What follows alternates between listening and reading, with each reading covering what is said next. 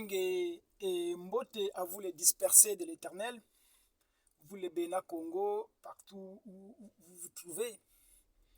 Je suis votre ami Brogui et c'est un plaisir de me tenir de nouveau devant cette petite caméra pour essayer de m'entretenir avec vous. Voilà, ce matin, nous avons un sujet que nous avons laissé en attente. Nous étions en train de parler sur le mystère de la pyramide inversée.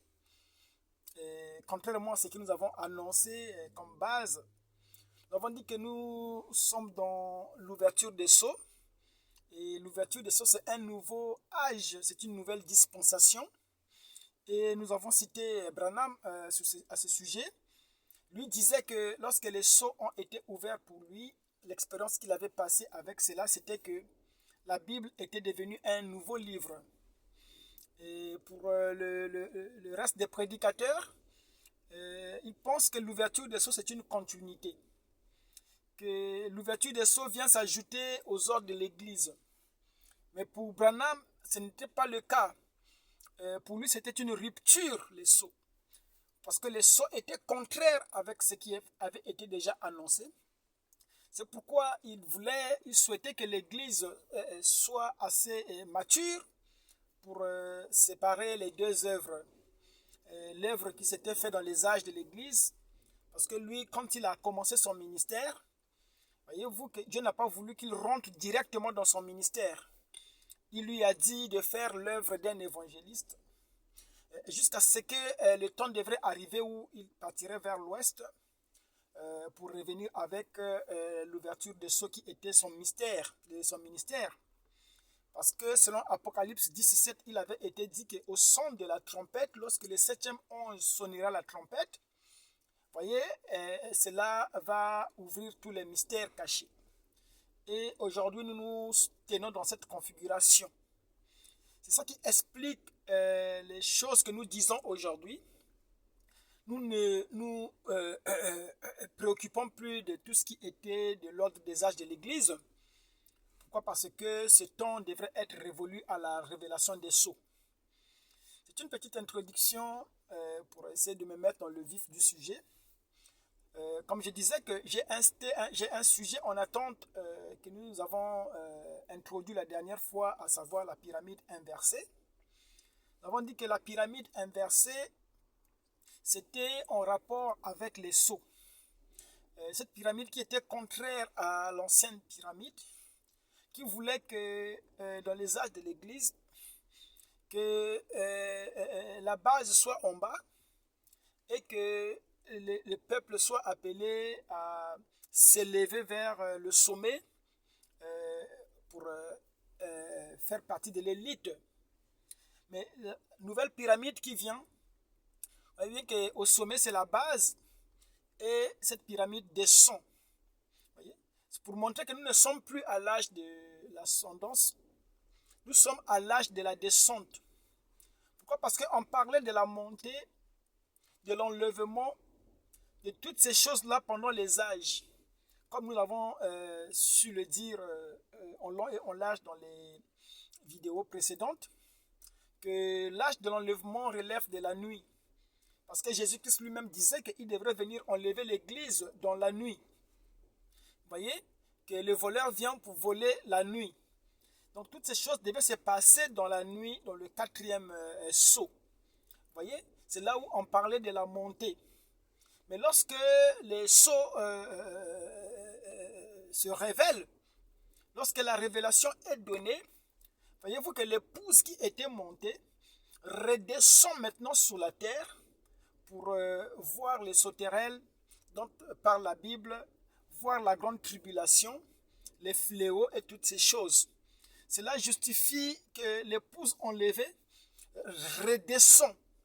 C'est pourquoi dans le mystère du 7e sceau, Branham dit, qu'est-ce le 7e sceau? Il dit que c'était l'épouse qui était enlevée qui redescend. Parce que le 7e sceau ramène Christ. Mais il pose la question dans l'exposé. Lorsque Christ viendra, ne sera-t-elle pas elle l'épouse? Parce que nous savons que à la venue du Seigneur, l'épouse serait son corps, elle serait sa voix, et c'est elle qui accomplira ses œuvres. Voilà. Aujourd'hui, nous n'allons pas nous éparpiller. Donc, avant d'aller plus loin avec notre sujet sur le mystère de la pyramide inversée, celle que nous avons introduite, comme je viens de le dire, nous allons répondre à quelques questions qui nous sont parvenues. Nous aimons encourager les gens à poser des questions et nous ne sommes pas dans le jour de l'homme où le culte se faisait selon les idées de l'homme, où l'homme pouvait revendiquer avoir une certaine connaissance. Nous sommes au jour du Seigneur. Le jour du Seigneur, c'est le jour de l'Esprit. C'est le jour de l'unité. Voyez-vous, c'est le jour de l'égalité. C'est le jour du droit des peuples. C'est pourquoi ce n'est pas le jour où l'homme devrait se prévaloir aujourd'hui. Donc, ce n'est plus le jour où on glorifiait l'homme, où on qualifiait des gens de grands intels, grands docteurs. Ça, c'est le jour de l'homme. Pourquoi? Parce que dans les âges de l'Église, comme nous l'avions montré dans le mystère de la pyramide, c'était qu'il fallait qu'un soit élevé pour veiller sur les autres. C'est ce que Jésus avait dit à Pierre, non? Pierre, quand tu seras affermi alors tes frères. Donc, je ne vais pas m'éparpiller comme je viens de le dire. Je vais directement rentrer dans le vif des questions que j'ai reçues pour essayer d'apporter des réponses au mieux de ma connaissance, sachant que dans l'ouverture des sceaux, voyez-vous, on ne met pas de point parce qu'il n'y a pas de station. C'est une éternité qui tourne, qu'on appelle le 8e jour. Nous avons promis parler de cela lorsque nous parlions des formes géométriques. Là, nous sommes en train de parler de la pyramide, donc le triangle. Nous allons attaquer aussi une autre forme qu'on appelait le cercle, qui symbolisait l'éternité. Donc, dans cette configuration, il n'y a pas de point. Je viens dire quelque chose, quelqu'un d'autre viendra ajouter. C'est le mystère du grand diamant. Vous savez que le diamant, chaque fois que vous tournez le diamant, vous avez une nouvelle facette, une nouvelle lumière qui dégage du diamant. C'est pourquoi la même écriture peut avoir multiples interprétations et multiples applications. C'est dans cette configuration où nous sommes. Donc les choses que je dis ici, quelqu'un d'autre viendra peut-être pour mieux les dire. Pourquoi? Parce que nous croyons que la révélation évolue. Donc, j'ai reçu quelques questions, mais pour la question du temps est très importante, vous savez. Je ne pourrai pas prendre toutes les questions. J'ai retenu 3 questions sur lesquelles nous allons nous baser aujourd'hui dans le cadre de cet entretien. Pour ce faire, nous allons rapidement lire quelques versets de l'Écriture pour nous servir de base. Et nous allons attaquer les questions. Alors, nous lisons le livre des Actes. Nous prenons le premier chapitre à partir du verset 6 jusqu'au verset 8. Je lis la version Louis II. Vous pouvez retrouver cette version dans l'évangile.com. Voilà. Je lis. Alors, les apôtres réunis lui demandèrent, « Seigneur, est-ce en ce temps que tu rétabliras le royaume d'Israël ?» Il leur répondit, « Ce n'est pas à vous de connaître les temps ou les moments que le Père a fixés de sa propre autorité. Mais vous recevrez une puissance, le Saint-Esprit, survenant sur vous, et vous serez mes témoins à Jérusalem, dans toute la Judée, et dans la Samarie, et jusqu'aux extrémités de la terre. » Donc ici, les apôtres lui ont posé la question si c'était le temps où il devrait rétablir le royaume d'Israël. Parce qu'ils savaient que le royaume d'Israël devrait être rétabli conformément à ce que les prophètes avaient écrit. Voyez? Parce que lorsque Jésus est venu, nous l'avions expliqué dernièrement, il était venu dans une configuration telle qu'il a trouvé l'Israël, dans une configuration telle que l'Israël était dominé. Israël était colonisé par les Édomites qui étaient des Romains, qui avaient colonisé le peuple d'Israël. Et la plupart des enfants d'Israël étaient dans la dispersion. Nous allons ajouter une autre écriture. Nous rentrons, cette fois-ci dans l'Ancien Testament. Vous savez que l'Ancien Testament a beaucoup parlé voilà, de nous. Nous lirons Ésaïe, à partir du verset 27, à partir du chapitre 27, nous prendrons le verset 12. Je prends ici la version de la Bible de Martin Bible. Donc je lis. Il arrivera donc en ces jours-là que l'Éternel secouera depuis le cours du fleuve jusqu'au torrent d'Égypte. Mais vous serez glanés un à un aux enfants d'Israël. Je vois que là, la version n'est pas très très claire. Nous lirons ce que Darby a écrit à ce sujet. Nous prenons la version Darby. Il arrivera donc en ces jours-là que l'Éternel secouera depuis le cours du fleuve jusqu'au torrent d'Égypte, mais vous serez glanés un à un aux enfants d'Israël. Lui, second, qu'est-ce qu'il dit en ce sujet? Il dit, en ce jour-là, l'Éternel secouera des fruits depuis le cours du fleuve jusqu'au torrent d'Égypte, et vous serez ramassés un à un, Israël. Voilà, c'est ce que je voulais vraiment, cette interprétation. Vous serez ramassés un à un au Israël. Nous prendrons encore Ésaïe 11, le verset 11.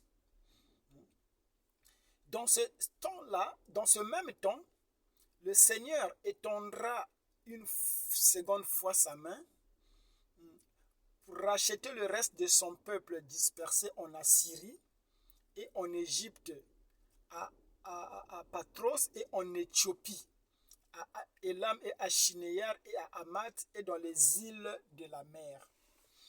Dans cette écriture, on parle d'Israël. Il dit qu'en ce jour-là, l'Éternel étendra de nouveau sa main. Et c'était pour rassembler, il dit pour racheter le reste de son peuple dispersé en Assyrie. La première écriture, c'était les apôtres qui se demandaient, est-ce que les choses que nous venons de lire, est-ce que c'était le moment où les choses devraient se faire, où Israël devrait être rassemblé? Voyez? Et Jésus a dit qu'il ne vous est pas donné à vous de connaître ce temps-là, mais vous recevrez une puissance. C'est-à-dire que vous serez dans l'attente de voir ce temps-là s'accomplir.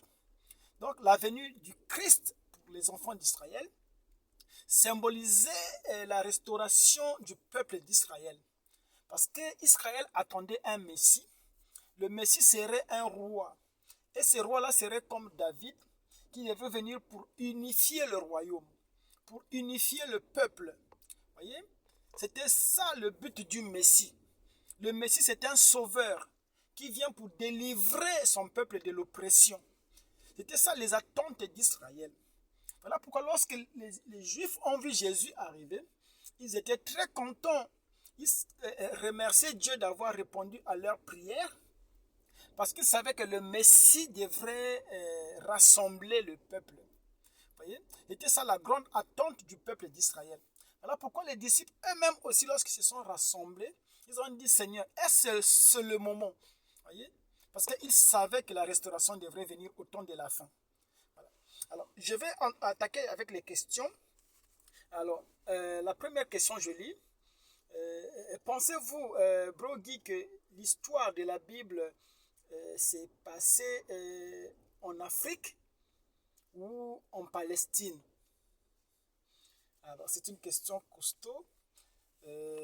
Aujourd'hui, vous savez que les gens présument. Vous voyez, les gens présument. Il y a beaucoup de courants, surtout sur Internet, avec l'histoire des Kamites qui viennent avec beaucoup d'informations qu'ils mettent à notre disposition concernant l'histoire de la Bible. D'aucuns disent que voilà le pays que Dieu avait donné à Abraham, c'était le sud du Sahara. C'était le pays où devrait couler le lait et le miel. Je ne suis pas opposé à cette vision, mais je crois que les peuples bantous, les Bénin Congo, si vous voulez, le peuple qui s'est réfugié au-delà des fleuves de Couche, ce peuple-là sortait de quelque part. Je crois que lorsque Israël est sorti de l'Égypte, en traversant la mer Rouge, comme disent les Écritures, ils sont allés dans un pays, et ce pays n'était autre que la Palestine. Et tout le reste des Écritures confirme qu'ils se trouvaient dans un pays qui avait 4 saisons. Parce que dans ce pays, on parlait de l'hiver. Vous savez que lorsque Jésus est né, voyez-vous, on parlait des bergers qui étaient à l'extérieur. Voyez? Or, les bergers ne pouvaient pas se tenir à l'extérieur quand Jésus est né pour rendre témoignage de la naissance du Christ, si c'était en hiver. Donc, ils étaient dans un pays, Jésus est né dans un pays où il y avait 4 saisons. Vous voyez? Aussi, vous savez que lorsque Jésus quitta la scène, c'est là où il a appelé Paul, pour que Paul aille vers les nations. Et vous savez l'itinéraire que Paul a utilisé pour aller vers les nations. Paul, dans les épîtres qu'il a écrits dans le Nouveau Testament, il vous parle des villes de l'Asie mineure, il vous parle de Corinthe, d'Éphèse, jusque chez les Galates là-bas, vous voyez, de la Philippine. Donc, ces villes-là, ce sont les itinéraires que Paul a emprunté pour aller vers les païens. Et cela se passait en Asie. Donc, je crois que l'histoire de la Bible, telle qu'elle est racontée, voyez-vous, s'est passée en Asie. Et je crois aussi que, en fonction de tout ce que je viens de dire déjà à propos des voyages de l'apôtre Paul, je crois qu'en cette période-là, voyez-vous, ces contrées-là de l'Asie étaient peuplées par les Noirs. Voyez? Déjà, lorsque vous lisez les essais de Cheikh Anta Diop, dans Nègre, culture et le livre célèbre de Cheikh Anta Diop, c'est là où il démontre que les anciens Égyptiens étaient les Noirs. Et vous savez qu'Israël même est né en Égypte, parce que lorsqu'ils sont allés en Égypte, c'était une famille, Jacob qui est parti avec sa tribu, avec les 12 fils qui constituaient les tribus d'Israël. Voyez-vous, ils n'étaient pas assez nombreux, c'était une famille qui avait été placée à Goshen. Et c'est à Goshen qu'ils ont commencé à se multiplier. Et vous savez qu'un peuple ne peut pas se multiplier dans un pays sans qu'il y ait des brassages. Donc nous savons que la plupart du peuple d'Israël, il y avait des Égyptiens dedans. Pourquoi? Parce qu'ils étaient dans le même pays. Voyez-vous, j'imagine que les Égyptiens se sont croisés avec les Hébreux. Et c'est ça qui a produit ce grand peuple qu'on appelait le peuple juif. Je crois que ce peuple-là est né en Égypte. C'est pourquoi lorsque Moïse a inauguré l'Exode, voyez, la Bible dit qu'il y avait beaucoup de ramassis égyptiens qui étaient avec eux. Donc une grande partie de l'Égypte était sortie avec Israël parce qu'ils avaient des liens de parenté, voyez-vous, étant donné qu'Israël a séjourné pendant beaucoup d'années en Égypte. Donc c'est pour montrer qu'à cette période, cette zone de l'Asie mineure jusqu'en Arabie était peuplée par les Noirs. Et l'histoire nous apprend même en étudiant les anciennes civilisations qu'une grande partie même du territoire européen à l'époque était constituée de Noirs. Les anciens Grecs, les Socrates, tous ces grands Grecs-là que nous lisons dans les cours d'histoire, c'était des Noirs. Voyez? Les Grecs d'avant étaient des Noirs. C'était les Africains. La cartographie avait été modifiée de façon très récente lorsqu'ils ont repensé le monde suite à la colonisation. Vous voyez? C'est ça qui a fait qu'on puisse redessiner les cartes. Mais lorsque vous voyez les cartographies des années 1000 jusqu'à 1500, vous voyez avant le canal, la construction du canal de Suez, vous voyez que l'Afrique était collée avec l'Asie mineure. Voyez? Donc l'Afrique et une grande partie de l'Asie constituer ce qu'on appelle un même et seul continent. Je crois que c'est dans ces conditions-là que Israël a séjourné. C'était en Palestine. Mais nous savons que lorsque le royaume de David fut divisé, voyez-vous, après le départ de son fils Salomon, Roboam, qui avait récupéré les 12 tribus d'Israël, a voulu faire la guerre. Il a rassemblé son peuple. Il dit, allons faire la guerre à Jérusalem et aux habitants de Juda. C'est là où les Danites se sont opposés à cette décision. Ils ont dit que nous ne pouvons pas aller combattre les gens de Juda parce que ce sont nos frères. Et ils étaient menacés par le roi. Vous savez que toute cette histoire, ce n'est pas tellement écrit dans les livres des rois d'Israël. Mais par contre, je crois, et pas que je crois, aujourd'hui les recherches montrent que les rois d'Israël écrivaient leur histoire dans ce qu'on appelait le testament des rois d'Israël.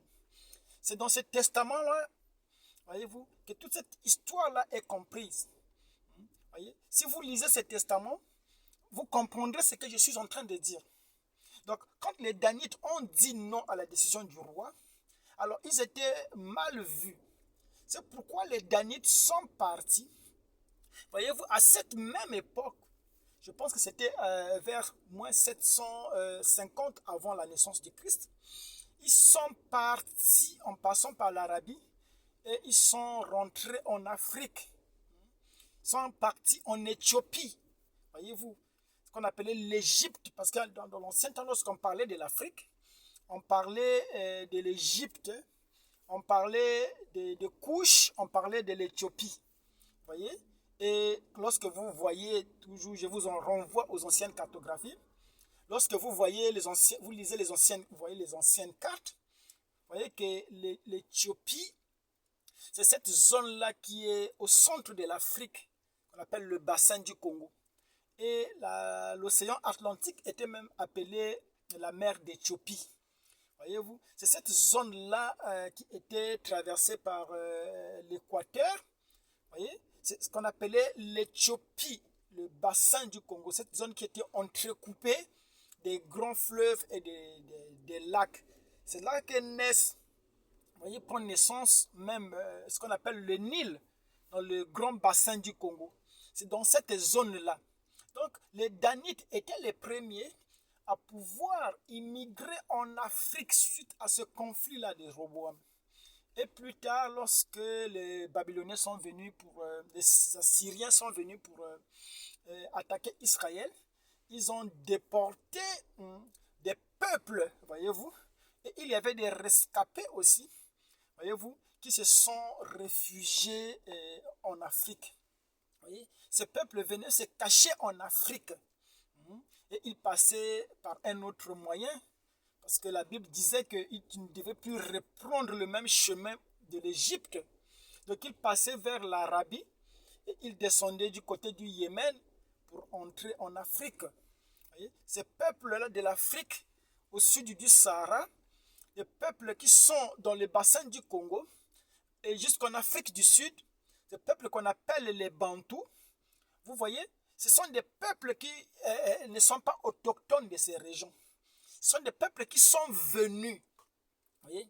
Lorsque vous interrogez les ancêtres, les gens qui maîtrisent très bien ces peuples, ils vous diront que ces peuples viennent de la Palestine.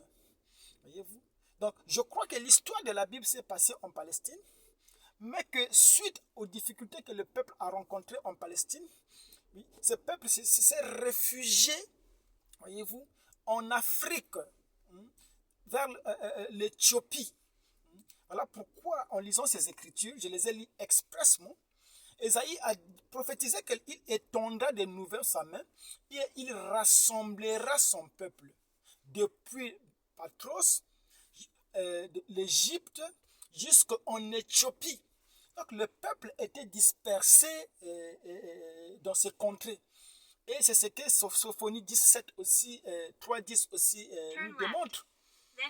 Sophonie nous dit que au-delà des fleuves de Couche, voyez-vous, Parce que quand on parle de fleuve de couche, on voit un grand fleuve qu'on appelle le Samba-Tillon.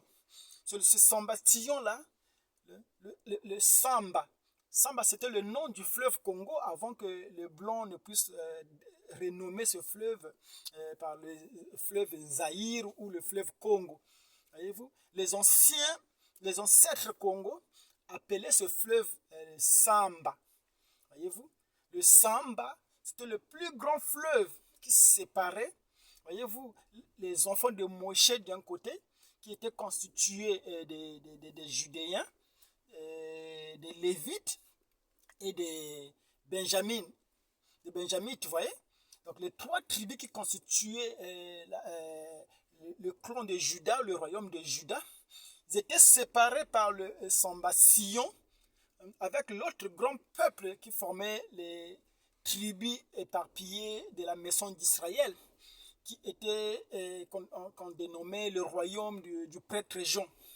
Vous savez, lorsque Elgad le Danite, voyez-vous, a effectué son voyage en passant par la Tunisie jusqu'à ce qu'il a terminé son voyage en Espagne, Elgad le Danite, c'est lui qui a rendu témoignage. C'est lui qui a provoqué la colonisation.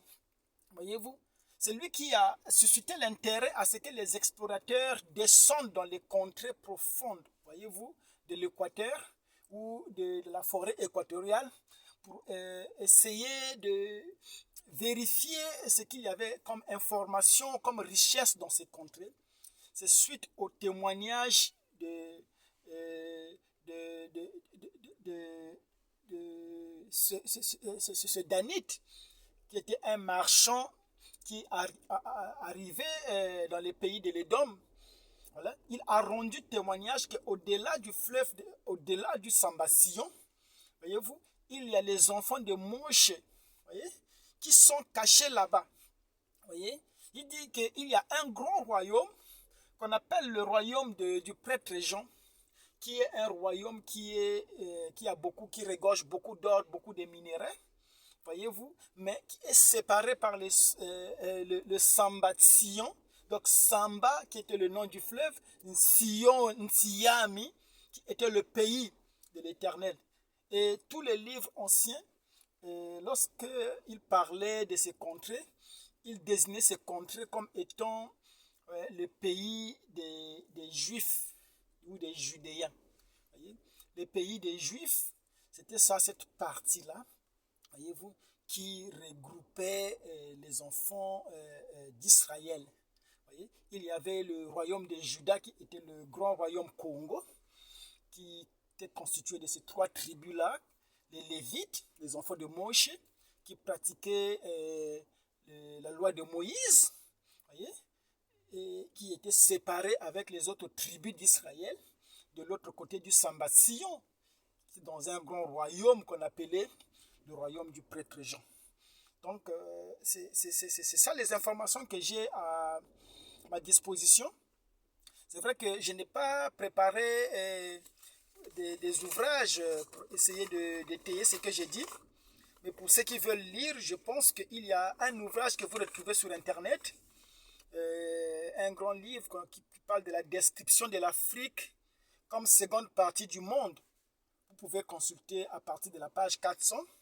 On parle de cette histoire, voyez-vous, montrant que le pays des Juifs, c'était